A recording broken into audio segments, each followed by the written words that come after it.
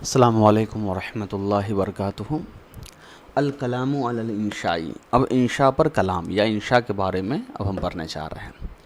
الانشاء اما طلبی او غیر طلبی۔ انشاء جو ہوتا ہے وہ دو قسم کا ہوتا ہے، ایک طلبی ہوتا ہے، ایک غیر طلبی ہوتا ہے۔ طلبی یعنی ہم کوئی چیز طلب کرتے ہیں انشاء کے ذریعے سے، اور دوسرا قسم کا انشاء یہ ہے جس میں ہم کوئی چیز طلب نہیں کرتے ہیں۔ فالطلبی، تو طلبی کیا ہے؟ ما یستدعی مطلوبا غیر حاصل وقت الطلبی،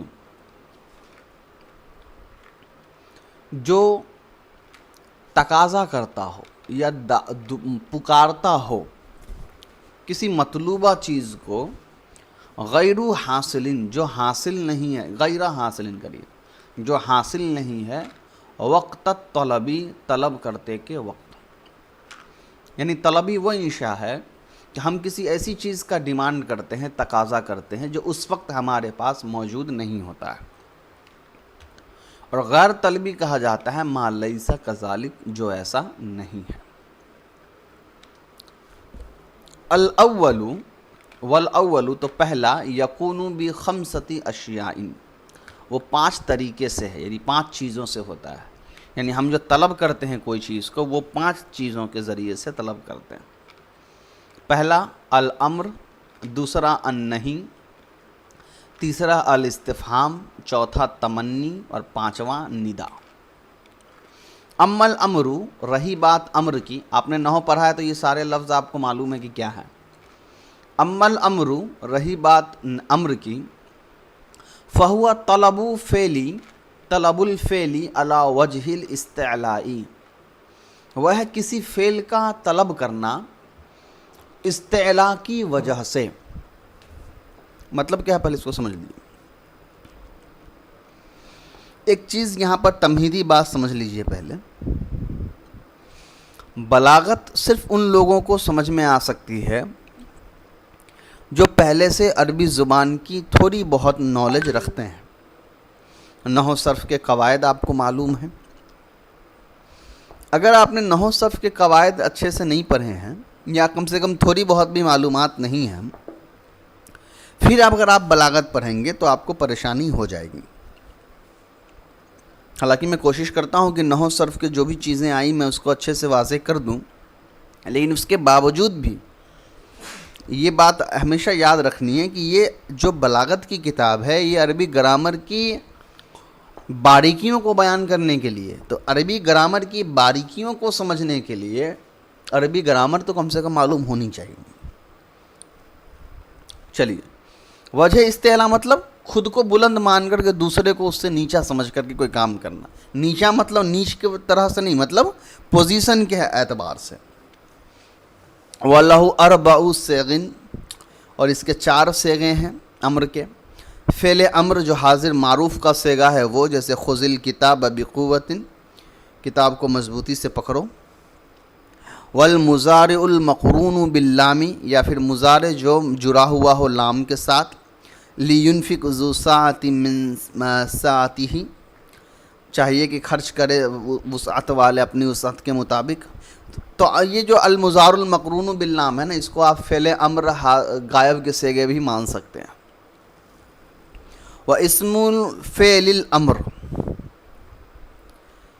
ایسا اسم جو فعل امر کے معنی میں ہوتا ہے، جیسے حی علی الفلاح، آؤ کامیابی کی طرف۔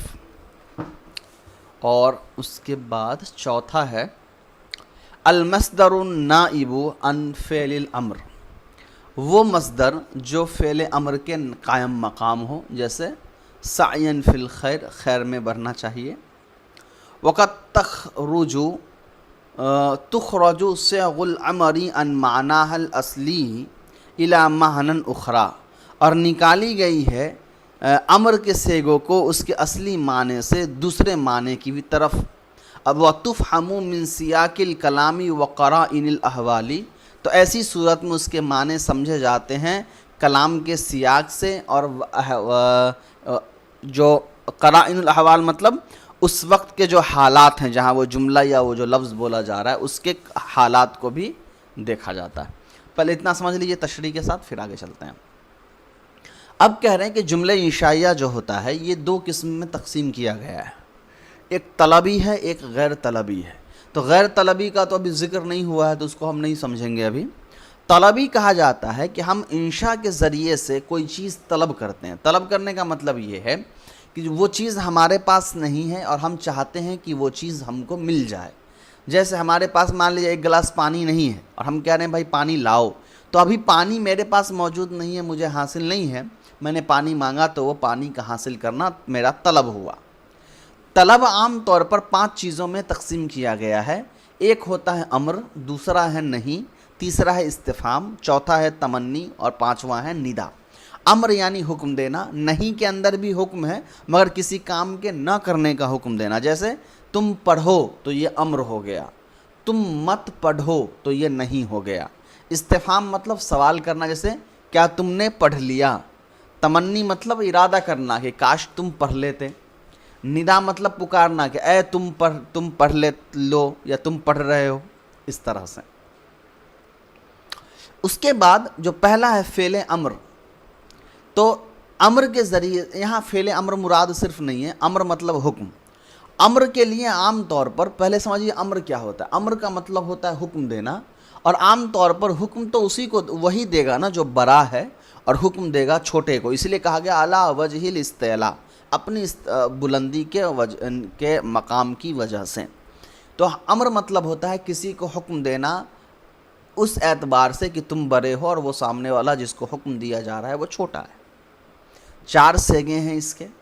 پہلا تو فعل امر کا جو حاضر معروف کا 6 صیغہ ہے، واحد مذکر حاضر، واحد تثنیہ مذکر حاضر، جمع مذکر حاضر، اور پھر واحد مؤنث حاضر، تثنیہ مؤنث حاضر اور جمع مؤنث حاضر۔ تو حاضر کے جو یہ 6 صیغے ہیں یہ اصل میں فعل امر کہلاتے ہیں، اور باقی جو 8 صیغے ہیں، 2 متکلم کے اور 6 غائب کے، یہ کہلاتے ہیں المضارع المقرون باللام، یا اس کو صرف کی اصطلاح میں ہم کہتے ہیں فعل امر غائب کا صیغہ، معروف غائب۔ جیسے لی ینفق ذو ساعۃ من ساعتہ، تو یہاں جو لی ینفق ہے یہ فعل امر واحد مذکر غائب کا صیغہ استعمال ہوا۔ اور یہاں جو پہلا اگزامپل ہے خذ الکتاب بقوۃ، تو یہاں خذ جو ہے یہ امر واحد مذکر حاضر کا صیغہ استعمال ہوا۔ تیسرا طریقہ ہو سکتا ہے اسم فعل الامری، فعل امر کا اسم۔ یہ کیا ہوتا ہے اس کو سمجھ لیجیے۔ اسم عربی میں آپ نے پڑھا ہوگا نحو کی کتاب میں اسماء الافعال۔ اسماء الافعال کا مطلب ہوتا ہے ایسا اسم جو ہوتا تو حقیقت میں اسم ہے لیکن اس کے اندر معنی جو ہے وہ فعل کا چھپا ہوا ہوتا ہے۔ تو لفظ اسم ہے، اس کو ہم شمار بھی کرتے ہیں اسم کے اندر، لیکن اس کے اندر معنی کیا ہوتا ہے؟ معنی فعل کا چھپا ہوتا ہے۔ جیسے آؤ، تو آؤ جو ہے یہ ہے تو اسم، اچھا رک جائیے ایک منٹ، ہاں، تو اسم فعل الامر، فعل امر کا اسم مراد مطلب ہوتا ہے کہ وہ لفظ تو اسم ہوتا ہے لیکن اس کے اندر نا معنی فعل کا چھپا ہوتا ہے۔ جیسے عربی میں ہم کہتے ہیں تعال، یعنی آؤ، چلو، تو یہ لفظ تعال جو ہے نا یہ حکم تو دے رہا ہے، چلو، امر کا صیغہ ہے، لیکن یہ اصل میں اسم ہے، یہ فعل نہیں ہے۔ تو عربی میں ایسے کچھ لفظ ہیں جو ہوتے اسم ہیں لیکن ان کے اندر فعل کے معنی پائے جاتے ہیں۔ تو وہی جو حی علی الفلاح ہے، تو یہاں پہ جو حی جو ہے یہ اسم ہے جو فعل کے معنی دے رہا ہوتا ہے۔ تو یہ 3 طریقہ ہو گیا۔ چوتھا ہمارا طریقہ المصدر نائب عن فعل الامر، کہ وہ لفظ تو مصدر ہوتا ہے، سعی یسعی سعین یا سعیون، یہ سعیون جو ہے یہ مصدر ہے، لیکن یہاں جملے میں یہ جو مصدر ہے یہ فعل امر کے قائم مقام ہے، یعنی اس کا استعمال اور ترجمہ فعل امر کے جیسا ہو رہا ہے۔ یعنی اس کا ترجمہ ہم ایسے کر رہے ہیں کہ تم خیر کی طرف چلو، ٹھیک ہے، تو پانی چلیے۔ اس کے بعد کہہ رہے ہیں کہ کبھی کبھی ایسا ہوتا ہے کہ یہ جو امر کے صیغہ وغیرہ ہے یہ کبھی کبھی حکم دینے کے لیے استعمال نہیں ہوتا ہے، بلکہ اپنے امر کے صیغے کا اصلی معنی کیا ہے؟ حکم دینا۔ تو کبھی کبھی امر کا صیغہ حکم دینے کے لیے استعمال نہ ہو کر کے کسی دوسرے معنی میں استعمال ہو جاتا ہے، اب سوال ہے کہ پھر کیسے سمجھیں گے کہ وہاں پہ حکم ہے یا نہیں؟ تو کہہ رہے ہیں تفہم من سیاق الکلامی و قرائن الاحوالی، کہ وہ آپ کو جو جملہ ہے نا اس کے آگے پیچھے جو بات چل رہی ہے اس سے اندازہ لگانا پڑے گا، یا وہ جملہ کس نے کہا ہے اور کس کو کہا ہے اس سے بھی معلوم کرنا پڑے گا۔ قرائن احوال کا وہی مطلب، مان لیا کہ ایک بندہ اگر اللہ کو حکم دے رہا ہے کہ اللہ رحم کریے، تو ظاہر سی بات ہے وہاں پر جو وہ رحم ہے وہ اللہ کو حکم نہیں دے سکتا ہے، ٹھیک ہے؟ تو وہاں پر وہ الگ معنی میں استعمال ہوگا، تو وہ ہو گیا قرائن احوال۔ چلیے تو پہلا ہے قد دعائی، دعا کے لیے، جیسے ربی اوزینی ان اشکر نعمتک، اے رب مجھے توفیق دیجئے کہ میں شکر کروں آپ کی نعمتوں کا۔ تو یہاں جو امر کا صیغہ ہے اوزینی، یہ حکم کے لیے نہیں ہے، کیونکہ حکم کے اندر کیا پایا جاتا ہے؟ اپنے بڑا ہونے کے ناطے چھوٹوں کو حکم دیا جاتا ہے، یہاں وہ پاسبل ہے نہیں۔ والالتماس، یا پھر التماس کے لیے ہوتا ہے نہیں، کسی چیز کی خواہش ظاہر کرنے کے لیے، کہ قولی کا لیمن یوساوی کا، لیکن یہ اس سے ہو سکتا ہے جو آپ کے برابر ہے، نہ کہ اس سے جو آپ سے چھوٹا ہے، چونکہ چھوٹے سے جب خواہش ظاہر کریں گے تو وہ حکم ہو جائے گا، اور برابر والے آدمی سے جب ہم کوئی چیز طلب کریں گے تو وہ التماس کہلاتا ہے۔ آتینی الکتاب، مجھے کتاب دو، تو یہاں برابر والی بات ہے۔ التمنا، یا پھر تمنا کرنا، الا ایھا اللیل الطویل الا انجلی بالصبح ومل اصباح منکی بامثل، سنو اے لمبی رات، الا انجلی کہ بھی صبح، کہ تم چھٹ جاؤ صبح کے ساتھ، یا تم آ جاؤ صبح کے ساتھ۔ ومل اصباح منکی، اگرچہ صبح نہیں ہے تم سے بامثل، اچھا، یعنی اے رات، لمبی رات گزر کے صبح ہو جاؤ، حالانکہ صبح بھی جو ہے وہ اچھی نہیں ہے۔ اس میں جو انجلی کا لفظ ہے بس وہ آپ کو دیکھنا ہے کہ یہاں امر کا صیغہ ہے، مگر یہ صیغہ تمنا کے لیے ہے، حکم کے لیے نہیں ہے۔ والارشاد، کبھی کبھی ایک بات کو صرف بیان کرنے کے لیے، رہنمائی کرنے کے طور پر استعمال کیا جاتا ہے۔ اذا تداینتم بدین الی اجل مسمی فاکتبوہ ولیکتب بینکم کاتب بالعدل، اور جب تم آپس میں کسی قرض کا معاملہ کرو کسی مقررہ وقت تک تو اس کو لکھ لو، اور چاہیے کہ تمہارے درمیان ایک ایسا کاتب لکھے جو عدل کے ساتھ لکھتا ہو۔ تو یہاں ولیکتب یہ امر کا صیغہ ہے، فاکتبوہ یہ بھی امر کا صیغہ ہے، یہ دونوں ارشاد کے طور پر یعنی رہنمائی کے طور پر استعمال ہوا ہے، یہاں کوئی چیز طلب کرنا مقصود نہیں ہے۔ تحدید، دھمکانا، اعملوا ما شئتم، جو من میں آئے کرو، جو چاہتے ہو کرو۔ تو اعملوا جو ہے یہ امر کا صیغہ ہے۔ اس کا تعجیز، چھوٹا بتانا کسی کو، یہ چھوٹا نہیں، تعجیز یعنی کہ عاجزی کا ظاہر کرنا، اپنے آپ کو چھوٹا بیان کرنا، ظاہر کرنا، یعنی کسی چیز سے اپنے آپ کو بے بس قرار دے دینا۔ یا لبقر انشروا لی کلیبہ، یا لبقر این الفرار، اے بکر تم لوگ میرے لیے پھیلاؤ یا مدد کرو کلیبہ کو، یا مراد ہے کلیبہ کو میرے لیے لاؤ یا جگاؤ۔ یا لبقر این الفرار، اے بکر کہاں کہاں بھاگ رہے ہو۔ تو یہاں ان شروع جو ہے یہ لفظ جو ہے یہ امر کا صیغہ ہے، حالانکہ یہ امر جو ہے وہ عاجزی ظاہر کرنے کے لیے ہے۔ کیوں؟ کیونکہ کلیب جو ہے اس کو لایا نہیں جا سکتا ہے، شعر کی پس منظر یہی ہے کہ کلیب کوئی شخص ہے جو مر چکا ہے۔ والاہانہ، اہانت کہتے ہیں کسی کو توہین کے طور پر امر کا صیغہ استعمال کرنا۔ کونو حجارتن او حدیدہ، ہو جاؤ پتھر یا لوہا۔ والاباحہ، مباح کرنے کے لیے، کسی چیز کی پرمیشن دینے کے لیے استعمال کرنا۔ کلو وشربو، کھاؤ پیو، تو یہاں دونوں امر کا صیغہ اسی لیے۔ والامتنان، کسی چیز کی راحت کو لے کر کے، کلو مما رزقکم اللہ، کھاؤ ان چیزوں میں سے جو اللہ تعالیٰ نے تم کو رزق دیا ہے۔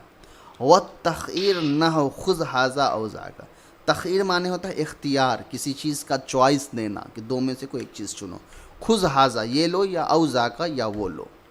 التسویہ، برابری کرنا، فاصبروا او لا تصبروا، تو تم لوگ صبر کرو یا پھر تم لوگ صبر مت کرو۔ والاکرام عزت کے لیے، ادخلوها بسلام آمنین داخل ہو جاؤ تم لوگ اس میں سلامت اور مامون ہو کر کے۔ تو یہ سارے تھے امر کے استعمال جو اپنے اصلی معنی کے بجائے دوسرے معنی میں یعنی حکم کے معنی کو چھوڑ کر الگ الگ معنوں میں استعمال ہوتا ہے۔ اس کے بعد ہے نہیں، امن نہیں، رہی بات نہیں کی، فہو طلب الکف عن الفعل علی وجہ الاستعلائی، یہ ہے طلب کرنا کسی فعل سے رک جانے کا برا ہونے کی وجہ سے، یعنی امر میں کیا تھا؟ برا ہونے کی وجہ سے کسی کام کا حکم دینا، اور نہیں میں کیا ہے؟ برا ہونے کی وجہ سے کسی کام کو نہ کرنے کا حکم دینا، جیسے مت سو، تو یہاں ہم کہہ رہے ہیں برا ہونے کی وجہ سے کہ تم کو نہیں سونا ہے، تو یہ ہو گیا ہمارا نہیں۔ وَلَهُ صِيغَةٌ وَاحِدَةٌ، اور اس کا صرف ایک صیغہ ہے، وہی المضارع مع لا الناہیہ، اور یہ جو ہے مضارع کا صیغہ ہوتا ہے لائے نہیں کے ساتھ، ٹھیک ہے، مضارع کا صیغہ لائے نہیں کے ساتھ۔ قولہ تعالیٰ، جیسے اللہ تعالیٰ کا کہنا وَلَا تُفْسِدُوا فِي الْأَرْضِ بَعْدَ إِصْلَاحِهَا، تم لوگ زمین کے اندر فساد نہ مچاؤ اس کے درستگی کے بعد۔ تو سمپل سی بات ہے یہاں پر، اس کو سمجھنا ہے کہ ہاں، تو اس میں سمپل سا یہ کہنا ہے کہ نہیں اپنے برا ہونے کی وجہ سے کسی کام سے روک دینا، اور اس میں یہ بنتا ہے مضارع پر لائے نہیں داخل کرنے سے۔ یہاں پر سمجھنے کے لیے تھوڑا سا صرف کا رول یاد رکھیے گا کہ نہیں کا صیغہ کیسے بنتا ہے۔ امر، نہیں، لام تاکید، نون تاکید، ثقیلہ، خفیفہ، یہ سب تو مضارع سے ہی بنتا ہے نا، تو اسی لیے ہم کہتے ہیں کہ نہیں جو ہے یہ مضارع منفی سے ہی بنتا ہے، بس لاسٹ میں نون اعرابی گرا دیتے ہیں اور آخری حرف کو جزم دے دیتے ہیں۔ جیسے لا ینصرو تھا، آپ نے کہا لا ینصر، تو یہ نہیں بن گیا، اور لا ینصرو مضارع منفی بن گیا، بس یہی فرق ہے۔ چلیے، وقد قد تخرج صيغته عن معناها الأصلي إلى معنى آخر، اور نکالا جاتا ہے اس کے صیغوں کو اپنے اصلی معنی سے دوسرے معنی کی طرف بھی۔ وَتُفْهَمُ مِنَ الْمَقَامِ وَالسِّيَاقِ، اور سمجھا جاتا ہے سیاق سباق اور مقام سے، یعنی کس جگہ استعمال ہوا اور آگے پیچھے کون سی بات چل رہی ہے۔ تو یہاں بھی نہیں امر کے جیسا یہاں نہیں میں بھی وہی معاملہ ہے، اس کے بھی نہیں کے علاوہ یعنی کسی کام سے روکنے کے علاوہ دوسرے معنی بھی پائے جاتے ہیں۔ قد دعائی، جیسے کہ دعا، فلا تشمت بی الاعداء، تو خوش مت کرے آپ بی میرے متعلق دشمنوں کو، یعنی میری وجہ سے دشمنوں کو خوش نہ کرے، یا مجھے نقصان پہنچا کے یا مجھے سزا دے کر کے دشمنوں کو خوش نہ کرے۔ یہ عام طور پر یہ جو جملہ یہ حضرت موسیٰ علیہ السلام کو ان کے بھائی ہارون علیہ السلام نے کہی تھی۔ والالتماس، کوئی چیز طلب کرنا، لیکن یہ اپنے برابر والے سے، کقولک لمن یساویک، آپ کا کہنا اس آدمی سے جو آپ کے برابر ہو، لا تبرح من مکانک حتی ارجع الیک، کہ تم اپنی جگہ سے ہلنا مت یہاں تک کہ میں تمہارے پاس آؤں۔ والتمنی، یا پھر تمنا کرنا، جیسے لا تطلع فی قولی، طلوع مت ہو اس کے یعنی فی قولی یعنی شاعر کے قول میں، یا لیل طل یا نوم ذل یا صبح کف لا تطلع، اے رات لمبی ہو جا، اے نیند یا نوم ذل، اے نیند اڑ جا، یا صبح کف، اے صبح ٹھہر جا، لا تطلع طلوع مت ہو، تو یہاں لا تطلع جو ہے۔ اور تحدید، دھمکانا، کقولی کا لخادمی کا، جیسے آپ کا کہنا آپ کے خادم کے لیے لا تطیع امری، میری بات مت مانو، تو مالک اپنے خادم کو ہے کہ اچھا ٹھیک ہے میری بات اب مت مانو، میری بات مت مانو، تو یہ حکم نہیں ہے، یہ بلکہ دھمکانا ہے کہ مالک بہت غصے میں ہے اب اپنے خادم سے۔ اب آ جائیے امل استفہام، اب رہی بات استفہام کی، تین تھا، فعل امر، فعل نہیں، استفہام، اس کا ندا تھا، اور ایک تھا چھوٹ گیا اوپر، چلیے بس آ ہی جائے گا لیکن دیکھ ہی لیتے ہیں، بھولنا نہیں ہے۔ فعل امر تھا، فعل نہیں تھا، فعل استفہام تھا، تمنی اور ندا۔ تو اب تیسرا جو استفہام ہے اس کو اب ہم لوگ پڑھنے جا رہے ہیں۔ چلیے، استفہام کیا ہے؟ فہو طلب العلم بشیء، وہ ہے علم کا طلب کرنا کسی چیز کے ذریعے سے، وادواتہ، اور حمزہ یہ استفہام کے ادوات، یعنی کن کن چیزوں سے سوال پوچھا جاتا ہے عربی میں، اس کو کہا جائے گا ادوات۔ تو کون کون سے ہیں؟ ایک تو حمزہ ہے، دوسرا حل ہے، تیسرا ما ہے، چوتھا من ہے، پانچواں متا ہے، چھٹا ایانہ ہے، ساتواں کیفہ ہے، آٹھواں آئینہ ہے، نوواں انا ہے، دسواں کم ہے، اور گیارہواں ایون ہے۔ فالحمزۃ لطلب تصوری اب تصدیقی، حمزہ کہتے ہیں تصور یا تصدیق کو طلب کرنا۔ اب یہ تصور اور تصدیق کیا ہے، اس کے لیے آپ کو منطق پڑھنا پڑے گا۔ منطق آپ پڑھیں گے تو وہاں آپ کو تصور اور تصدیق کی مکمل جو ہے وہ جانکاری ملے گی۔ یہاں میں چھوٹا سا تشریح جو ہے کر دیتا ہوں، آگے آ ہی رہا ہے کہ تصور اور تصدیق کیا ہے، تو یہیں سے سمجھ لیتے ہیں، نہیں تو پھر میں سمجھا دوں گا۔ التصور ہوا ادراک المفردی، تصور کہتے ہیں کسی مفرد کی پہچان کو حاصل کرنا، جیسے قولی کا، جیسے آپ کہنا علی مسافر ام خالد، کہ کیا علی مسافر ہے یا خالد مسافر ہے۔ تعتقد ان السفر حصل من احدہما، تو یہاں پر یہ اعتقاد رکھا جاتا ہے کہ سفر حاصل کیا گیا ہے ان دونوں میں سے کسی ایک کے ذریعے سے۔ ولیکن تطلب تعینہ، لیکن وہاں پر طلب کیا جا رہا ہے تعین۔ ولیذا اور اسی وجہ سے یجاب بالتعین، جواب دیا جائے گا تعین کے ساتھ، فیقال، تو کہا جائے گا علی، علی مثلا، مثال کے طور پر۔ تو یہ کہہ رہے ہیں کہ تصور کہا جاتا ہے کہ کسی ایک چیز کے بارے میں معلوم کرنا، یعنی کسی ملٹیپل ریزن آپشنس ہیں، الگ الگ جو ہے آپشنس ہم کو دیے گئے، اور اس میں سے کوئی ایک آپشن کو چوز کرنا۔ مثال کے طور پہ کہا گیا کہ علی گیا ہے یا خالد گیا ہے، تو علی سفر پہ گیا ہے یا خالد سفر پہ گیا ہے، ان دونوں میں کنفیوژن ہے کہ ان دونوں میں سے سفر پہ کون گیا ہے۔ بہرحال اتنی بات معلوم ہے کہ سفر پہ کوئی ایک تو ضرور گیا ہے، تو یہ سوال تقاضا کرتا ہے کہ آپ کو جواب کسی ایک کا دینا ہے، جس نے جو سفر پہ گیا ہے وہ جواب دے دیجئے، علی سفر پہ گیا یا پھر خالد سفر پہ گیا۔ اور تصدیق کہتے ہیں تصدیق، اور تصدیق کہتے ہیں ہوا ادراک النسبتی، یہ ہے نسبت کی پہچان حاصل کرنے کو تصدیق کہتے ہیں۔ مثال کے طور پہ اسافر علی، کیا علی نے سفر کی۔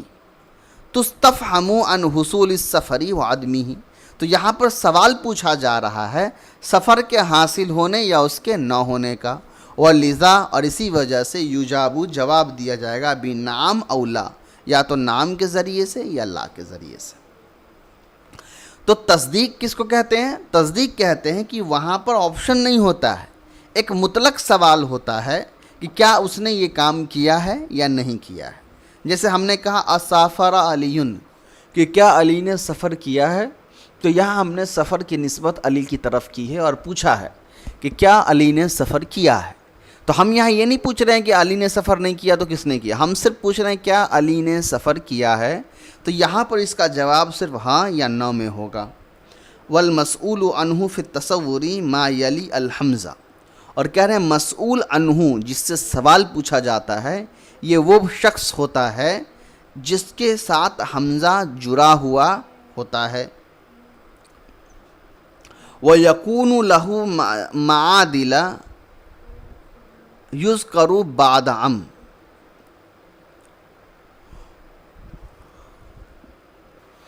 وَيَكُونُ لَهُ مَعَادِلُ يُذْكَرُ بَعْدَ عَمْ، اور اس کا معادل ہوتا ہے وہ جو اس ام کے بعد ذکر کیا جاتا ہے۔ معادل عدول کو کہتے ہیں، یعنی کہ جو اس کے آپشنس کے ساتھ مل کر کے آتا ہے، جیسے علی اور خالد، تو یہ علی مین ہے، ٹھیک ہے، علی کے بارے میں بھی سوال پوچھا گیا، اور علی کے ساتھ جو دوسرا آپشن آیا معادل کون ہے؟ خالد ہے۔ وَتُسَمَّى مُتَّصِلَةٌ، اور اس کا نام رکھا جاتا ہے متصلہ۔ فَتَقُولُ فِي الْاِسْتِفْهَامِ عَنِ الْمُسْنَدِ إِلَيْهِ، تو کہتے ہیں استفہام کے اندر مسند الیہ کے متعلق انت فعلت ھذا ام یوسف، کہ کیا تم نے یہ کیا یا یوسف نے. تو یہاں کیا ہے، یہاں حمزہ استفہام جو ہے یہ استعمال کیا گیا ہے مسند الیہ کے سلسلے میں. اور کبھی کیا ہو سکتا ہے، مسئول عنہ کون ہو سکتا ہے، عن المسند، یعنی جس کے بارے میں سوال پوچھا جا رہا ہے وہ کبھی مسند الیہ ہوتا ہے، جس کی مثال ہے انت فعلت ھذا ام یوسف، کہ کیا تم نے یہ کیا یا یوسف نے. کبھی کبھی مسند کے متعلق سوال ہو جاتا ہے، اراغب انت عن الامر ام راغب فیہ، کہ تم راغب ہو اس معاملے سے یا اس معاملے میں، یعنی تم اس معاملے کو کرنا چاہ رہے ہو یا نہیں کرنا چاہ رہے ہو. تو یہاں راغب انت مسند الیہ ہے اور راغب مسند ہے، تو راغب کی طرف جو ہے وہ اشارہ کیا گیا کہ تم اس میں انٹرسٹڈ ہو اس عمل کو کرنے میں یا نہیں ہو. کبھی کبھی حمزہ استفہام جو ہوتا ہے وہ مفعول کے متعلق سوال ہو جاتا ہے، جیسے ایایا تقصدو ام خالدن، کہ تم میرا ارادہ کر رہے ہو یا خالد کا ارادہ کر رہے ہو. تو تقصدو فعل ہے، اس کے اندر ہوا ضمیر فاعل ہے، فعل فاعل ہو گیا. ایایا یہ مفعول ہے، تو یہاں حمزہ استفہام سیدھے مفعول پر آ گیا. انل حالی، کبھی کبھی حمزہ استفہام ڈائریکٹ حال پہ لگ جاتا ہے. اراکبن جیتا ام ماشین، تم سوار ہو کر کے آئے ہو یا چل کر کے آئے ہو. وعن الظرفی، کبھی کبھی حمزہ استفہام ظرف پر استعمال ہوتا ہے، ظرف زمان ظرف مکان. ایوم الخمیسی قدمتا ام یوم الجمعتی، کہ تم جمعہ کے دن آئے ہو یا جمعہ سے پہلے یعنی جمعرات کے دن آئے ہو. وہکذا، اور اسی طریقے سے آتا ہے. وقد لا یذکر معادل، اور کبھی کبھی معادل کا ذکر ہی نہیں کیا جاتا، یعنی آپشن کا ذکر ہی نہیں ہوتا ہے، صرف ایک ہی کوشچن ہوتا ہے، انت فعلت ھذا، کیا تم نے یہ کیا ہے. یہاں کیا ہوا، معادل یعنی سیکنڈ آپشن نہیں ہے. اراغب انت عن الامر، کیا تم اس معاملے میں انٹرسٹڈ ہو. ایایا تقصدو، کیا تم میرا ارادہ کرتے ہو. اراکبن جیتا، کیا تم سوار ہو کر کے آئے ہو. ایوم الخمیسی قدمتا، کیا تم جمعرات کے دن آئے ہو. والمسئول عنہ فی التصدیق نسبۃ، تو یہاں تک تصور کا تھا کہ حمزہ استفہام جو ہوتا ہے جس کو ہم متصلہ بھی کہیں گے، جس پر سوال پوچھا جاتا ہے مسئول عنہ، تو یہ کون کون ہو سکتا ہے. تو یہ کبھی مسند ہو سکتا ہے، کبھی مسند الیہ ہو سکتا ہے، کبھی حال ہو سکتا ہے، کبھی مفعول ہو سکتا ہے، کبھی ظرف ہو سکتا ہے.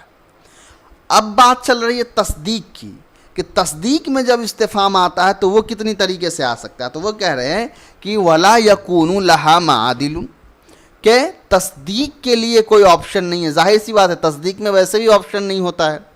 فَإِن جَاءَتْ أَمْ بَعْدَهَا، تو اگر یہ آ گیا، مان لیا جائے کہ اگر آپشن چاہیے ہی ہوگا، جاءت ام بعدہا، تو وہ جو ہے آپشن ام کے بعد آتا ہے.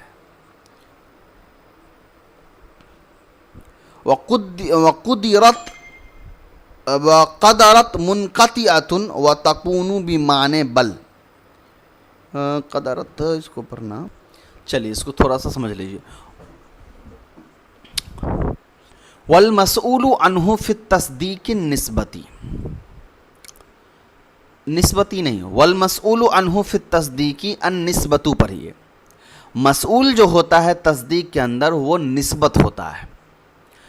تصور کے اندر متصلہ کہلاتا ہے مسئول عنہ، اور یہاں مسئول عنہ جو ہوتا ہے وہ نسبت ہوتا ہے. ولا یکون لہا معادل، اس کا کوئی معادل یعنی کوئی دوسرا آپشن تصدیق میں نہیں ہوتا ہے. فَإِن جَاءَتْ أَمْ بَعْدَهَا، اس طرح سے ہے، اگر ام آ گیا، یعنی ام جو آپشن کے لیے استعمال ہوتا ہے، بعدها یعنی نسبت کے بعد، قدرت منقطعۃ، تو اس کو مقدر مانا جاتا ہے منقطع سے، یعنی ام جو منقطع ہوتا ہے وہ مانا جاتا ہے. کیا مطلب میں سمجھاتا ہوں. وَتَكُونُ بِمَعنِ بل، اور یہ بل کے معنی میں بدل جاتا ہے یا ہو جاتا ہے. یہ کہہ رہے ہیں کہ دیکھو تصدیق میں کبھی بھی آپشن نہیں ہو سکتا ہے، لیکن آپشن کیسے پتہ چلتا ہے؟ ام سے پتہ چلتا ہے عربی میں. جیسے ہم کہتے ہیں نا انت فعلت ھذا ام یوسف، کہ تم نے یہ کیا یا یوسف نے، تو ام آیا. یہ ام بتا رہا ہے کہ یہ آپشن ہے. علی سفر ام خالد، تو یہاں بھی ام کے بعد آپشن آیا. تو اب ایسا ہوا کہ مان لیا جائے تصدیق کے اندر ام آ گیا، تو اب سوال ہو گیا کہ بھائی ام تو آ گیا تو یہ آپشن بنے گا. تو ہم کہیں گے کہ نہیں، ام اگر تصدیق والے جملے میں آ بھی گیا تو ہم یہ مانیں گے کہ یہ ام جو ہے یہ منقطع ہے، یعنی یہ اس کو پہلے جملے سے کوئی تعلق نہیں ہے، یہ بس ایسے ہی آیا ہے. یہ ام یہاں پر بطور آپشن کے لیے نہیں آیا ہے. وَيَكُونُ بِمَعنَى بل، اور اس کو ہم بل کے معنی میں جو ہے وہ بنا دیں گے. چلیے، وَحَلْ لِطَلَبِ التَّصْدِيقِ فقط، حل جو ہوتا ہے یہ صرف تصدیق کے لیے استعمال ہوتا ہے، تصور کے لیے استعمال نہیں ہوتا ہے. جیسے حل جاء صدیقک، کیا تمہارا دوست آیا. والجواب نعم او لا، تو یہاں پر جواب سیدھا رہے گا ہاں یا نہ. ولذا یمتنع معها ذکر یمتنع کر دیجئے، ولذا یمتنع معها ذکر المعادل، اسی لیے کہ منع کیا گیا اس کے ساتھ معادل کا ذکر کرنا، یعنی آپشنز کا ذکر کرنا. فلا یقالو، تو نہیں کہا جائے گا حل جاء صدیقک ام عدوک، کہ تمہارا دوست آیا یا تمہارا دشمن آیا. وحل تسمى بسیطۃ، وحل، اور یہ جو حل جو ہے یہ ہم کہتے ہیں بسیطۃ، اس کے معنی ہم رکھتے ہیں بسیطۃ. ان استفہم بہا، اگر ان کے ذریعے سے سوال پوچھا گیا، ان وجودی شیئن، کسی ایسی چیز کے وجود کا، فی نفسہ، جو خود بخود ہے. جیسے حل الانقاء موجودۃ، چلیے کیا انقاء موجود ہے. وہ مرکبۃ، اور جو حل مرکب ہے. ان استفہم بہا ان وجود شیئن لشیئن، کہ یہاں سوال پوچھا جائے گا حل کے ذریعے سے کسی چیز کا کسی چیز کے متعلق. میں سمجھاتا ہوں، ابھی صرف لفظی ترجمہ دیکھ لیجیے. نحو جیسے حل تبیض العنقاء او تفرخ، کہ کیا عنقا انڈا دیتی ہے یا بچہ پیدا کرتی ہے. چلیے یہاں سے پہلے سمجھ لیجیے حل کے بارے میں. یہ کہہ رہے ہیں کہ حل کے بارے میں عام طور پہ جو سوال ہوتا ہے وہ تصدیق کو حاصل کرنے کے لیے ہوتا ہے، یعنی حل میں آپشن نہیں ہوتا ہے. حل میں سیدھا سا ایک سوال ہوتا ہے جس کا جواب ہاں یا نہ میں ہم کو چاہیے ہوتا ہے، یہاں کوئی آپشن نہیں ہے. اب حل جو ہوتا ہے وہ دو طرح کا ہوتا ہے، ایک حل بسیط ہوتا ہے اور ایک حل مرکب ہوتا ہے.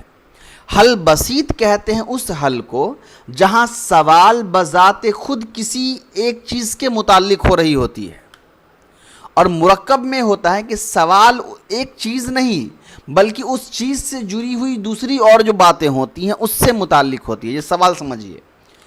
جو بسیط کا مثال ہے وہ ہے کہ کیا عنقا موجود ہے، تو یہاں سوال سیدھا عنقا کے بارے میں ہوا ہے.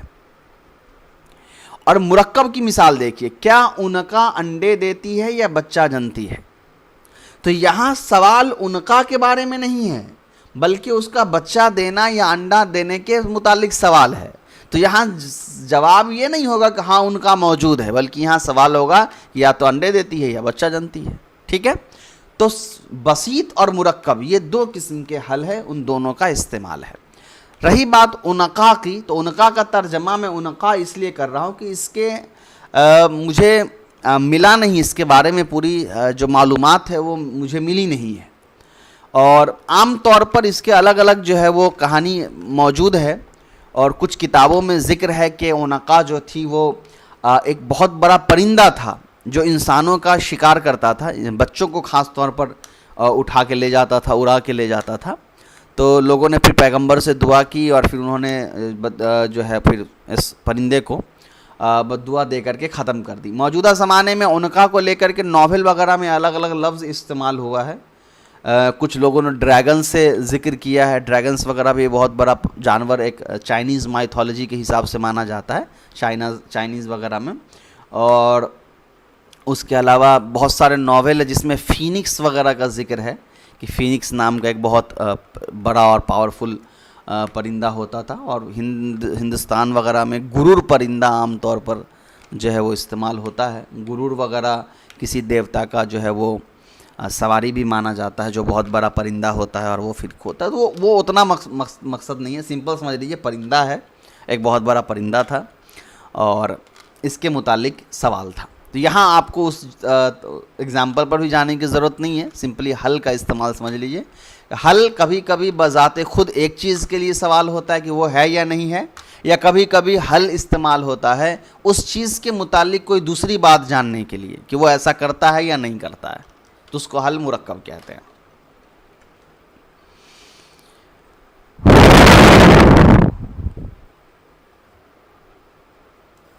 چلے تو وما یطلب بہا شرح الاسم، تو ماں کے ذریعے سے اسم کی جو تشریح ہے، اسم کے بارے میں طلب جو ہوتا ہے کیا جاتا ہے کہ اس کی تشریح، اس کی وضاحت کی جائے۔ جیسے کوئی پوچھے مل الاسجد، مل اسجد، الاسجد، او اللجین، یہ دونوں بہت انکامن ورڈ ہے۔ او حقیقت المسمى، یا کسی نام لکھی ہوئی چیزوں کی، نام دی گئی چیزوں کی حقیقت کے بارے میں معلوم کرنا ہوتا ہے۔ جیسے مل انسانو، کہ انسان کیا ہے، تو انسان ایک ایسا لفظ ہے جس کے بارے میں ترجمہ خود ہے، نام دیا گیا ہے اس کا، کہ انسان عربی میں ہندی میں جو انسان ہے اسی کو عربی میں ہم انسان کہتے ہیں، تو یہ مسمہ تو ہے، نام تو آلریڈی ہے، مگر ہم اس کی حقیقت جاننا چاہ رہے ہیں کہ انسان کی حقیقت ہوتی کیا ہے نا۔ تو دو طریقے سے ماں پوچھا جا رہا ہے، یا تو کسی چیز کے بارے میں بے عینی ہی پوچھا جائے کہ یہ لفظ کیا ہے، یعنی اس کا ترجمہ کیا ہے، یا کوئی ایسا لفظ ہے جس کا ترجمہ تو معلوم ہے لیکن اس کے بارے میں اور حقیقت جاننا ہے کہ یہ ہے کیا، یا تیسرا کیا ہے حال المذکوری معہا، یا پھر اس لفظ کے ساتھ اس کی جو حالت ذکر کی گئی ہے یہ جاننا ہے ہم کو، کہ اس کے ساتھ اس کی کیا حقیقت ہے، اس کا کیا استعمال ہے، وہ ساری چیزیں۔ جیسے قولیک لقادم علیک، جیسے آپ کا کہنا کسی ایسے آنے والے کے لیے جو آپ کے پاس آ رہا ہے کہ من ما انت، آپ کیا ہیں، تو یہاں ما انت سے وہ حال پوچھ رہا ہے کہ بھائی آپ کا حال کیا ہے، آپ کیا ہیں، کیسے ہیں۔ تو یہاں پر جواب یا تو ہو سکتا ہے کہ ہم انسان ہیں، یا ہم پھر انسان نہیں تو اس کے ساتھ جو جڑا ہوا اور جو دوسرے چیزیں ہیں، جیسے ہم ڈاکٹر ہیں، ہم انجینئر ہیں، کچھ بھی ایڈ کر سکتے ہیں۔ تو ماں سوال پوچھا جاتا ہے دو تین وجہ سے، ایک یا تو بے عینی ہی اس لفظ کا کیا مطلب ہے یہ، یا اس لفظ کی حقیقت کیا ہے یہ، یا اس وقت فی الحال کیا حالت ہے اس لفظ کی یہ۔ اچھا الاسجد و اللجین، یہ دونوں جو لفظ ہیں اس کے معنی سمجھ لیجیے۔ الاسجد جو ہے یہ بہت غریب لفظ ہے، ذہب کے معنی میں ہے، سونے کے معنی میں، اور اللجین جو ہے یہ غریب لفظ ہے الفضۃ کے معنی میں، یعنی چاندی کے معنی میں۔ تیسرا ہے من، ماں کا ترجمہ ہو گیا من، من یطلب بہا تعین العقلاء، ماں سے غیر عاقل کے بارے میں سوال پوچھا جاتا ہے، اور من سے عاقل کے بارے میں سوال پوچھا جاتا ہے۔ عاقل اور غیر عاقل کے آپ جانتے ہیں، انسان کے علاوہ جتنے بھی ہیں سب غیر عاقل ہے اور من انسان ہے، تو من سے ہم انسان کے بارے میں سوال پوچھتے ہیں۔ جیسے من فتح مصر، مصر کو کس نے فتح کیا۔ متا سے یطلب بہا تعین الزمانی ماضیا کان او مستقبلا، کہ متا سے ماضی یا مضارع کے بارے میں کوئی سوال پوچھا جاتا ہے ایک زمانے کے ساتھ کہ یہ ایگزیکٹلی کس زمانے میں ہو۔ جیسے متا جیتا، تم کب آئے ہو، یا متا تذهبو، تم کب جاؤ گے۔ ایانا یطلب بہا تعین الزمان المستقبلی خاصتاً، ایانا سے طلب کیا جاتا ہے مستقبل زمانے کی تعین کے ساتھ، یعنی ایانا ہم استعمال کرتے ہیں مستقبل میں کسی چیز کے سوال کو لے کر کے یہ کب ہوگا۔ وَتَكُونُ فِي مَوْضِعِ التَّحْوِيلِ، اور یہ عام طور پر خطرناک یعنی عذاب وغیرہ کے سلسلے میں یا کوئی بہت اہم چیزوں کے سلسلے میں استعمال ہوتا ہے، نارمل وے میں ایانا استعمال نہیں ہوتا ہے۔ جیسے یسألو ایانا یوم القیامتی، کہ وہ پوچھتے ہیں کہ قیامت کا دن کب آئے گا۔ وکیف یطلب بہا تعین الحالی، کیفہ استعمال ہوتا ہے حال متعین کرنے کے لیے، حال پوچھنے کے لیے، جیسے کیف انت، آپ کیسے ہیں. وعین یطلب بہا تعین المکانی، اور عینہ پوچھا جاتا ہے مکان یعنی جگہ کے متعین کرنے کے لیے، جیسے عین تذهب، تم کہاں جاتے ہو. وَأَنَّا تَكُونُ بِمَانِ کیفہ، اور انا پوچھا جاتا ہے کیفہ کے معنی میں، جیسے انا یحیی ھذہ اللہ بعد موتہا، کہ اللہ تعالیٰ کیسے اس کو زندہ کریں گے موت کے بعد. تو انا کبھی کبھی کیفہ کے معنی میں استعمال ہوتا ہے. وہ بِمَانِ من اینا، اور کبھی کبھی انا من اینا کے معنی میں بھی استعمال ہوتا ہے، یعنی کہاں سے، جیسے یا مریم انا لکی ھذا، اے مریم یہ تمہارے پاس کہاں سے آیا. وہ بِمَانِ متا، اور کبھی کبھی متا کے معنی میں بھی استعمال ہوتا ہے، یعنی کب، جیسے زر انا شئتا، تم آؤ جب چاہو. کم یطلب بہا تعین عدد مبہم، کم پوچھا جاتا ہے مبہم عدد کی متعین کرنے کے لیے، یعنی کوئی نمبر ہے جس کے بارے میں نہیں پتہ یہ کتنا ہے، تو اس کے لیے وہاں پر ہم کم کا سوال پوچھتے ہیں، جیسے کم لبثتم، تم کتنا سوئے یا کتنا ٹھہرے. اس کے بعد ہے ایو اور ایتن، یہ دو لفظ ہیں مضاف مضاف، یہ دونوں ہمیشہ مضاف بنتے ہیں. یطلب بہا تمییز احد المتشارکین فی امر یعمہما، طلب کیا جاتا ہے اس کے ذریعے سے دو متشارک یعنی دو چیز جو اس میں شامل ہے کم سے کم، اس کی طلب، اس میں سے کسی ایک چیز کو تعین کیا جاتا ہے، فی امر یعمہما، ایسے معاملے میں جس میں وہ دونوں شریک برابر ہیں.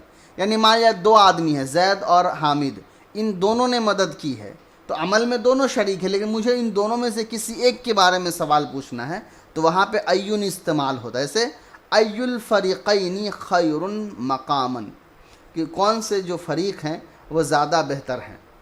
وَيُسْأَلُ بِهَا عَنِ الزَّمَانِ وَالْمَكَانِ وَالْحَالِ وَالْعَدَدِ وَالْعَاقِلِ وَغَيْرِهِ حَسْبُ مَا تُضَافُ إِلَيْهِ، اور ایون کے ذریعے سے یا ایتن کے ذریعے سے زمان، مکان، حال، عدد اور عاقل، میں نے بتایا انسان کے متعلق سوال پوچھ سکتے ہیں، اور اس کے بعد جس سے ہم سوال پوچھتے ہیں وہ مضاف الیہ بنتا ہے، جیسے ایو الرجلی، کون سا آدمی، تو ایو مضاف اور رجلی مضاف الیہ. وقد تخرج الالفاظ الاستفهام عن معناها الاصلی لمعنى آخر پڑھیے، وتفهم من سیاق الکلامی، اور نکالا جاتا ہے استفہامی الفاظ اپنے حقیقی معنی کے علاوہ دوسرے معنی میں بھی، جس کو سمجھا جاتا ہے کلام کے سیاق و سباق سے، جیسا کہ امر نہیں کے ساتھ ہوا. کبھی تسویہ کے لیے استعمال ہوتا ہے، جیسے سواء علیہم اانذرتہم ام لم تنذرہم، برابر ہے ان کے لیے، ان کو ڈراؤ یا تم یا نہ ڈراؤ. تو یہاں تسویہ کے لیے جو ہے حمزہ استعمال ہوا ہے. والنفی، کبھی کبھی نفی کے لیے استعمال ہوتا ہے، جیسے حل جزاء الاحسان الا الاحسان، کہ احسان کا بدلہ احسان نہیں ہے، تو یہاں نفی کے لیے استعمال ہو رہا ہے. اس کا والانکار، انکار یعنی کسی چیز سے منع کرنے، اغیر اللہ تدعون، کیا اللہ کو وہ چھوڑ کر عبادت کرتے ہیں، الیس اللہ بکاف عبدہ، کہ اللہ کافی نہیں اپنے بندوں کے لیے، تو یہاں انکار کے معنی میں استعمال ہوا ہے. انکار مطلب جملے کا انکار نہیں، یہاں پر یہ لفظ انکاری طور پر استعمال ہوا ہے کہ ایسا نہیں کرنا تھا. الامر، حکم دیکھیں گے، فہل انتم منتہون، یا پھر اسلمتم، استغفر اللہ، فہل انتم منتہون، تو کیا تم لوگ رکو گے، منع کی رک جاؤ گے، باز آ جاؤ گے، یا اسلمتم، کیا تم لوگ ایمان لاؤ گے. بمعنی انتہو و اسلمو، تو یہ جو منتہون ہے یہ انتہو کے معنی میں، اور اسلمتم اسلمو کے معنی یعنی امر کے معنی میں. والنہی ای اتخشونہم فاللہ احق ان تخشوہ، کہ تم لوگ ان سے ڈرتے ہو، اللہ کہ اللہ زیادہ حقدار ہے کہ تم ان سے ڈرو، حالانکہ اللہ زیادہ حقدار ہے کہ تم ان سے ڈرو. تو یہاں پر لا تخشو کے معنی میں ہے اتخشونا، یہ جو ہم سوال ہے وہ. التشویق، تشویق معنی ہوتا ہے شوق دلانا. حل ادلکم علی تجارت تنجیکم من عذاب علیم، کیا میں تم کو ایسی تجارت کی طرف رہنمائی کروں جو تم کو عذاب علیم سے، دردناک عذاب سے نجات دے دے گا۔ التعظیم بڑا بنانے کے لیے سے، من ذا الذی یشفع عندہ الا باذنہ، کون ہے جو اس کے سامنے سفارش کرے سوائے اس کے اجازت کے۔ التحقیر چھوٹا دکھانے کے لیے سے، اھذا الذی مدحتہ کثیرا، کیا یہ وہی آدمی ہے جس کے بارے میں تم نے اتنی تعریف کی تھی۔ اور التحکم یا پھر جو ہے وہ برا بتانے کے لیے، مذاق اڑانے کے لیے، عقلک یسوغ لک ان تفعل کذا، کیا تمہاری عقل نے تم کو پھیر دیا تھا کہ تم نے یہ کام کیا، یعنی تمہاری عقل ماری گئی یا تم نے اس طرح کے کام کیے۔ اور تعجب ظاہر کرنے کے لیے، جیسے ما لہذا الرسول یاکل الطعام ویمشی فی الاسواق، اس پیغمبر کو کیا ہو گیا جو یہ بازاروں میں کھانا کھاتا ہے اور بازاروں میں چلتا ہے۔ والتنبیہ علی الضلال، یا پھر گمراہی پر تنبیہ کرنے کے لیے، فأین تذهبون، تم لوگ کہاں جاتے ہو۔ والوعید، یا پھر ڈرانے کے لیے، اتفعل کذا وقد احسنت الیک، تم نے ایسا کیا جبکہ تمہارے وقد احسنت الیک، جبکہ میں نے تمہارے ساتھ اچھا معاملہ کیا۔ تو یہاں تک جو ہے تمنا آگے الگ ہے، وہ تمنی، تو یہاں تک ہم نے استفہام کے بارے میں پوری بات سمجھی کہ استفہام کے اصلی معنی کیا ہے، اور استفہام اپنے اصلی معنی سے ہٹ کر کے دوسرے معنی میں کس طرح استعمال ہوتا ہے۔ اب ہم لوگ آ رہے ہیں جو ہماری چوتھی قسم ہے، امت تمنیو، تمنی، اس کے بارے میں۔ فہو طلب شیء محبوب لا یرجا حصولہ، تو تمنا کہتے ہیں ایسی محبوب چیز کو طلب کرنے کی خواہش ظاہر کرنا جس کے حاصل ہونے کی امید نہیں ہے، لِکَوْنِهِ مستحیلاً، اس کا محال ہونے کی وجہ سے، یعنی امپاسبل ہونے کی وجہ سے، او بعید الوقوع، یا اس کا عام طور پر واقع ہونا بہت ممکن نہ ہو، یعنی عام بات نہ ہو، واقع ہونے سے بہت دور ہے۔ تو تمنی کہتے ہیں ایسی چیز کی تمنا کرنا جو ممکن نہیں ہے، جیسے الا لیت الشباب یعود یوما فاخبروہ بما فعل المشیب، کہ کاش کی جوانی ایک دن لوٹ آئے گی تو میں اس کو خبر دوں گا کہ بڑھاپے نے کیا کیا ہے۔ وقول المعصر، یا معصر کا کہنا، لیت لی الف دینار واذا کان الامر متوقع الحصول،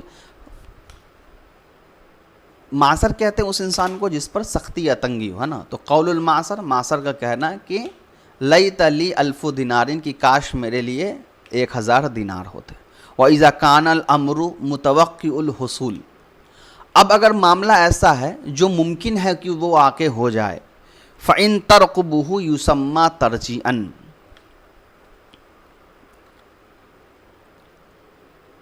ترقبہ نہیں، رقبۃ، رقب یرقب، ترقبہ، ترقبہ، رقب یرقب، ترقب، ترقب، ہاں ٹھیک۔ وَإِذَا كَانَ الْأَمْرُ مُتَوَقِّعَ الْحُصُولِ، اور جب بات ایسی ہو جس کے حصول کا موقع ہو، یعنی ممکن ہو کہ وہ ہو سکتا ہے۔ دیکھیے تمنا کہتے ہیں کسی ایسی چیز کے توقع رکھنا کہ وہ چیز ہو جائے، حالانکہ وہ چیز ممکن نہیں ہے ہونا، جیسے بوڑھا آدمی تمنا کرے کہ جوانی لوٹ آئے تو وہ ممکن نہیں ہے کہ اس کی جوانی لوٹ آئے، تو یہ صرف تمنا ہو سکتا ہے، جو پیچھے شعر گزرا۔ لیکن اگر ہم کسی ایسی چیز کی توقع کر رہے ہیں، تمنا کر رہے ہیں جو ممکن ہے کہ ہو سکتا ہے، تو وہ پھر تمنی نہیں کہلائے گا، وہ کچھ اور ہو جائے گا۔ تو وہی یہاں سے بات کہہ رہے ہیں کہ وَإِذَا كَانَ الْأَمْرُ مُتَوَقِّعَ الْحُصُولِ، کہ اگر کوئی بات ایسی ہے جو ممکن ہے کہ وہ ہو جائے گا، فَإِن تَرَقَّبَهُ، اور اس کے بارے میں جو ہے وہ ترقبہ کر دیجئے کہ اس کے بارے میں اگر انتظار کیا جا رہا ہے، یعنی ان قریب وقت میں وہ ممکن ہے، یسمى ترجیعاً، تو اس کو ترجیح کہا جائے گا، رجا نہ کہ تمنا۔ تو تمنا اور رجا یہ دو الگ الگ لفظ ہے۔ تمنا کہتے ہیں ایسی چیز کی تمنا کرنا جو ممکن نہیں ہے، اور رجا کہتے ہیں ایسی چیز کی تمنا کرنا جو ابھی پاسبل نہیں ہے لیکن ان قریب وہ ممکن ہے۔ تو تمنا کو ہم لائتا سے شمار کرتے ہیں اور رجا کو ہم لعل سے شمار کرتے ہیں یا عسا سے شمار کرتے ہیں۔ وَيُعْبَرُ عَنْهُ بِعَسَا وَلَعَلَّ، اور اس کو تعبیر کیا جاتا ہے عسا یا لعل سے، لعل اللہ یحدث بعد ذلک امرا، کہ ان قریب اللہ تعالیٰ اس کے بعد معاملہ کھول دے گا یا بیان کر دے گا۔ چلیے، وَلِلتَّمَنِّي أَرْبَعُ أَدْوَاتٍ، اور تمنا کے لیے 4 لفظ استعمال ہوتے ہیں۔ واحدۃ اصلیۃ، ایک جو اصلی ہے، وہی لیتا، جو لیتا ہے، وثلاثۃ غیر اصلیۃ، اور 3 جو ہے یہ غیر اصلی ہے، یعنی ایک تو لیتا ہے جو اصل میں تمنا کے لیے استعمال ہوتا ہے، اور 3 جو ہے یہ غیر اصلی ہے، وہ اصل میں تمنا کے لیے استعمال نہیں ہوتا تھا۔ وہی حل، جو استفہام کے لیے، نحو فہل لنا من شفعاء فیشفعوا لنا، کہ ہمارے لیے کوئی سفارشی ہے جو سفارش کرے۔ ولو، یا پھر لو، جیسے فلو ان لنا کرۃ فنکون من المؤمنین، تو اگر ہمارے لیے کوئی موقع ہوتا تو ہم بھی مومنین میں سے ہوتے۔ ولعل، یا پھر لعل، السرب القطع حل من یعیر جناحہ لعلی الی من قد ہویت اطیر۔ سرب القطع پرندوں کی جماعت، حل من یعیر جناحہ، کوئی ہے جو مجھے کرائے پر دے ان کا پر، لعلی کہ شاید میں، الی چلا جاؤں اس کی طرف، من قد ہویت جس سے مجھے محبت ہے، اطیر اڑ کر کے۔ شعر ہے، یہاں پر بھی جو لعل استعمال ہوا، لعلی، لعل، وہ بھی تمنا کے لیے استعمال ہوتا ہے۔ اب آپ کہیے گا کہ لعل پھر استعمال ہوا ہے تو لعل جو ہے تمنا ہے، تو ظاہر سی بات ہے کوئی مسئلہ ہے نہیں، لعل بھی استعمال ہو جاتا ہے تمنا کے لیے، حالانکہ یہ اصل میں رجا کے لیے استعمال ہوتا ہے، مگر تمنا کے لیے بھی استعمال کر سکتے ہیں۔ یہ غیر اصلی میں سے آئے گا، غیر اصلی میں 3 تھا، حل، لو، لعل، اور اصلی میں ہے لیتا۔ وَلِاسْتِعْمَالِ هَذِهِ الْأَدْوَاتِ فِي التَّمَنِّي يُنْصَبُ الْمُضَارِعُ الْوَاقِعُ فِي جَوَابِهَا، ان ادوات کا استعمال کرنا تمنی میں نصب دیتا ہے واقع مضارع کو اس کے جواب میں، یعنی جب ہم ان الفاظ کے ذریعے سے تمنا کریں گے تو جو جواب کے طور پر ہم مضارع کا فعل لائیں گے اس کو نصب دے دیا جائے گا۔ اب آئیے امن نداء، اب ندا پہ آئیے۔ فهو طلب الاقبال بحرف نائب مناب ادعو وادواته 8، یہ ہے کسی سامنے والے کو پکارنا ایسے حرف کے ساتھ جو ادعو کے قائم مقام ہوتا ہے، اور اس کی 7 ادوات ہیں، یعنی 7 حرف ہیں۔ حرف ندا جو ہوتا ہے، جیسے ہم یا بولتے ہیں، لیکن یہ جو یا حرف ندا ہے یہ اصل میں ادعو کے قائم مقام ہوتا ہے، ہم بولتے یا ہیں، مراد ادعو ہوتا ہے۔ چلیے، تو وہ ادواتہ 8، تو وہ 8 ہیں، یا، الحمزہ، ای، و آ، ای، ایا، حیا، اور وا۔ فالحمزۃ و ای للقریب، یہ کوئی نزدیک میں ہے تو اس کو پکارنے کے لیے حمزہ اور ای استعمال کرتے ہیں۔ وغیرہما للبعید، اس کے علاوہ جتنے بھی وہ سب بعید یعنی جو دور ہیں ان کو پکارنے کے لیے استعمال کرتے ہیں۔ وقد ينزل البعید منزلۃ القریب، اور کبھی کبھی جو بعید ہے وہ قریب کے مقام میں آ جاتا ہے، یعنی جو دور ہے اس کو ہم قریب کے الفاظ سے ریپریزنٹ کرتے ہیں یا بیان کرتے ہیں۔ فیونادی بالحمزتی، تو وہاں ہم حمزہ کے ذریعے استعمال کرتے ہیں۔ وَأَيْ إِشَارَةٌ إِلَىٰ أَنَّهُ لِشِدَّةِ اسْتِحْضَارِهِ فِي ذَهْنِ الْمُتَكَلِّمِ، اور ای جو ہے یہ اشارہ کر رہا ہوتا ہے شدت سے کسی کے حاضر ہونے کا متکلم کے ذہن میں، ٹھیک ہے۔ وَصَارَ كَالْحَاضِرِ، تو وہ حاضر کے جیسا ہو جاتا ہے، ما قول الشاعر، شاعر کے قول کے مطابق۔ مطلب یہ ہے کہ مجھے سارے جو حرف ندا ہیں اس میں سے 2 قریب کے لیے ہیں، باقی سب بعید کے لیے ہے، لیکن کبھی کبھی جو ہوتا ہے جو بعید ہے یعنی جو دور ہے اس کو بھی ہے متکلم اپنے ذہن میں نزدیک شمار کرتا ہے، شدت شوق سے ملاقات کی وجہ سے، محبت کی وجہ سے، تو وہ ہوتا دور ہے، لیکن اس کو پکارنے کے لیے ہم قریب کا جو صیغہ ہے وہ استعمال کر دیتے ہیں، تو اس سے کنفیوز نہیں ہونا چاہیے کہ یہ بعید ہے یا قریب ہے، وہ متکلم کے ذہن میں وہ نزدیکی ہے، اگرچہ حقیقت میں وہ دور ہے۔ سکانہ نعمان الاراک، اے نعمان آراک کے رہنے والے، تیقنو، تم لوگ یہ یقین کرو، بِأَنَّكُمْ فِي رَبْعِ قلبی، میرے دل کے اندر ہو، سکانن رہتے ہو، سکانو رہتے ہو۔ تو یہاں آراک کے رہنے والے لوگ بہت دور ہیں، لیکن شاعر ان کو اپنے دل میں رہنے کی بات کہتا ہے، اسی لیے دور والا، بعید والا جو لفظ ہے وہ استعمال نہ کر کے قریب کا صیغہ استعمال کرتا ہے۔ چلیے، وقد ينزل القریب منزلۃ البعید، اور کبھی کبھی جو قریب ہوتا ہے وہ بعید کے مرتبے میں چلا جاتا ہے، یعنی ہوتا نزدیک ہے مگر ہم اس کو دور کے لفظ سے تعبیر کرتے ہیں۔ فَيُنَادِي بِأَحَدِ الْأَحْرُوفِ الْمَوْضُوعَةِ لَهُ، تو اس وقت ہم پکارتے ہیں اس کو، یعنی اس وقت ہم حرف ندا جو استعمال کریں گے وہ بعید والا ہی حرف ندا ہم استعمال کرتے ہیں۔ اشارۃ الی ان المنادی عظیم الشانی، اور یہ اشارہ کرتا ہے کہ منادہ جو ہے جس کو پکارا گیا ہے وہ بہت عظیم شان و مرتبے والا ہے، رفیع المرتباتی، اور بلند مرتبے والا ہے، حتیٰ کانا بعد درجتی ہی، یہاں تک کہ اس کے بڑے درجے ہونے کی وجہ سے، فی العظمی بلندی میں، ان درجت المتکلمی، متکلم کے درجے سے، بعد فی المسافتی، اس کے بعد مسافت میں۔ لفظی ترجمہ سمجھ میں نہیں آئے گا، پھر سے سمجھ لیجیے اس کو، تھوڑا پورا جوڑ کر کے سمجھ میں آ جائے گا۔ بعدہ نہیں، بعدہ پڑھ لیجیے، اس کو غلطی میں نے پڑھ لیا ہے یہاں سے، سر میں نے مطالعہ نہیں کیا ہے، ڈائریکٹلی پڑھا رہا ہوں اس لیے تھوڑا سا مسٹیک ہو رہا ہے۔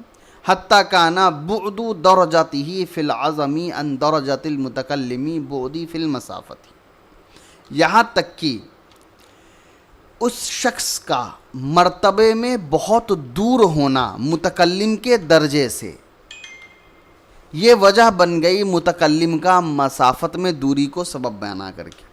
مطلب یہ ہے کہ مان لیا زید ہے اور عمر ہے، زید بہت مرتبے میں بلند ہے عمر سے، تو عمر جو ہے وہ اس کے سامنے ہے، لیکن عمر اس کے سامنے لفظ بعید والا استعمال کر رہا ہے، صرف یہ بیان کرنے کے لیے کہ میری حیثیت اتنی نہیں ہے کہ میں آپ کے سامنے تو ہوں، مگر میں آپ کو سامنے سے مخاطب کروں تو میں دور کا صیغہ استعمال کر رہا ہوں، چونکہ میں آپ سے مرتبے میں بہت دور ہوں، اور اسی لیے میں دور والا لفظ استعمال کر رہا ہوں۔ یہ مطلب ہے اس عبارت کا۔ قولی کا ایا مولا وانت معہ، جبکہ کوئی کہے اے مولا، میرے مولا، حالانکہ وہ تمہارے ساتھ ہے۔ او اشارۃ الی انحاط درجتہ، او اشارۃ الی انحطاط درجتہ، یا پھر یہ اشارہ کرتے ہوئے کہ اس کے درجے کی جو نیچائی ہے اس کو بیان کرنے کے لیے، اس کی طرف اشارہ کرنے کے لیے، جیسے آیا ھذا لمن ہوا معک، جیسے آیا ہم بعید کا حرف ندا استعمال کر رہے ہیں، لمن ہوا معک، جو آپ کے ساتھ ہے اس کے لیے، حالانکہ استعمال ہونا چاہیے تھا قریب کا۔ لفظی ترجمہ دیکھ لیجیے، پھر میں پورا ایک ساتھ سمجھا دیتا ہوں۔ او اشارۃ الی ان السامع، یا پھر اس چیز کی طرف اشارہ کرنا کہ سامع جو ہے غافل غافل ہے، لنحو نوم او ذہول، نیند کی وجہ سے یا کسی غفلت کی وجہ سے، کأنہ غیر حاضر، گویا کہ وہ حاضر ہی نہیں ہے، فی المجلسی، مجلس میں، کقولی للصاحی، جیسے کہ آپ کا کہنا غافل آدمی کے لیے، ایا فلان، اے فلاں۔ وقد تخرج الفاظ النداء عن معناها الاصلی لمعنى اخرى تفهم من القرائن، اور کبھی کبھی نکالا جاتا ہے ندا کے الفاظ اپنے اصلی معنی سے دوسرے معنی کی طرف کسی قرائن کی وجہ سے، اس پر ہم آگے چلیں گے، پہلے یہاں تک سمجھ لیجئے۔ حرف ندا اور منادا کا کانسیپٹ پہلے سمجھ لیجئے۔ ندا کا مطلب ہوتا ہے پکارنا، اور منادا کہتے ہیں جس کو پکارا جاتا ہے، اور منادی کہتے ہیں جس نے پکارا ہے۔ ندا پکارنا، منادا جس کو پکارا گیا ہے، منادی